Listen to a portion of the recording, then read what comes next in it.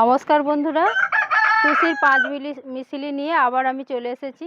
বন্ধুরা, আমাদের গ্রাম বাংলায় আমাদের সকালে অনেক কাজ থাকে, কিন্তু সেই কাজগুলো আমি প্রায় সেরে ফেলেছি। এখন আমি এই যে আমাদের মুরগি যে আছে, মুরগিকে খেতে দেব। দেখুন বন্ধুরা, মুরগিগুলো কীরকম করছে খাবে বলে। এনে খেনে খেনে খেনে খেনে খেনে এই যে ওদেরকে খেতে দেবো। চলে এলাম রান্নাঘরে। এই যে আমি আজকে এই যে চাল কুমড়োটা দেখুন পাকা হয়ে গেছে।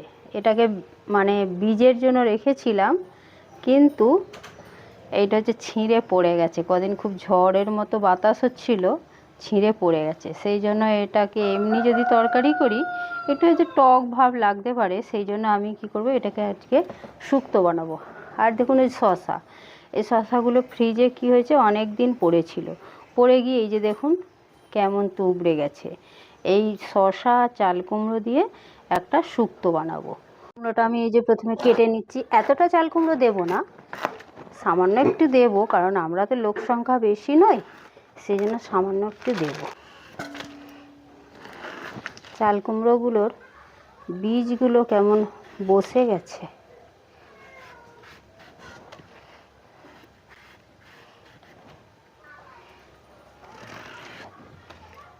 এই যে এইগুলো ফেলে দিলাম,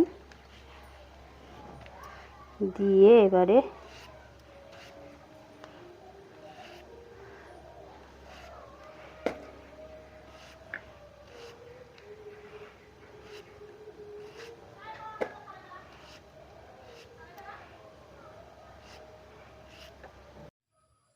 চাল কুমড়ো আলু আর শসাটাকে আমি কেটে নিয়েছি।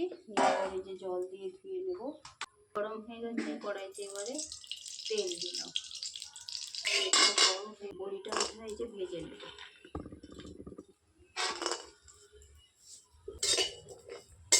লাল লাল করে ভেজে নিলাম। তেলে এবারে আলু চাল কুমড়ো শসাটাকে একটু ভাপিয়ে নেব। হলুদ দিয়ে একটু ভাপিয়ে নেব।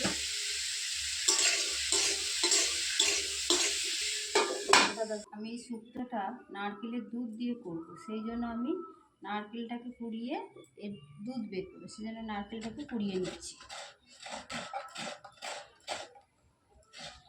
এমনি আপনারা আমল দুধ বা গরুর দুধ দিয়েও করতে পারেন। এবারে আমি কটা মশলা বেটে নেব। এই যে আদা টুকরো,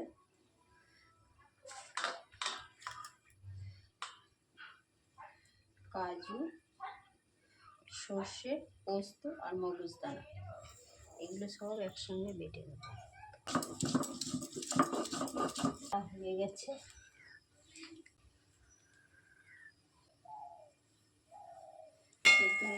আমি বড়িগুলো দিয়ে দেবো।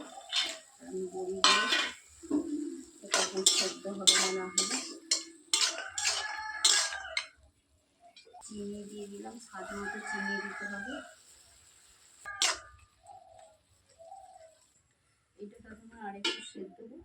আর আমি শুক্তোটা পটল পাতা দিয়ে করবো, সেই জন্য আমি চলুন গাছ থেকে একটু পটল পাতা তুলব। আমাদের এটা কিচেন গার্ডেন। এই যে পটল হয়েছে, এই যে লঙ্কা গাছ, আরও অনেক গাছ আছে, ওখানে কুলকে শাক হয়েছে। তো যাই হোক, এই যে দেখুন এই যে পটল হয়েছে, এই যে পটল ধরেছে। আমি এর থেকে কয়েকটা নরম পটল পাতা তুলে নেবো। বেশি লাগবে না, যেমন তরকারি তেমন। পটল পাতা তুলে নিয়েছি।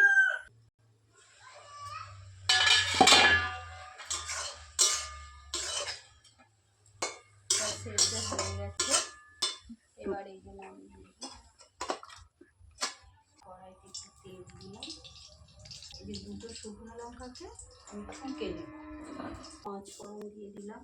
লঙ্কা যেটা যে ঠুকে নিয়েছি সেটা একটা তেজপাতাকে কেটে দিই। আমি যে মশলাটা বেটে রেখেছি, এর সঙ্গে যেহেতু আদা আছে একটু দিয়ে কষে দিই।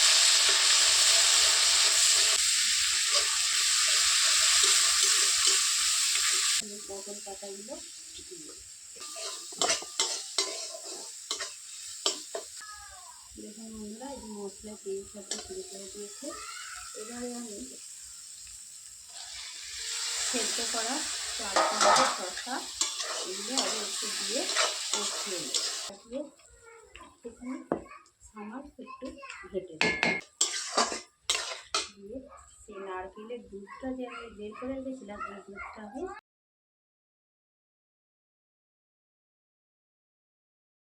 কিছুক্ষণ ঢাকা দিয়ে রাখবো।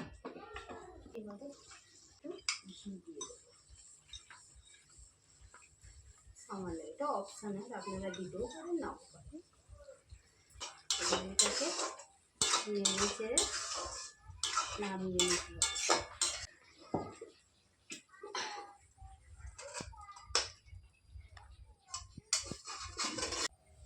তাহলে ফ্রিজের শসাকে আপনারা আর ফেলবেন? নিশ্চয়ই ফেলবেন না। এটা দেখার পর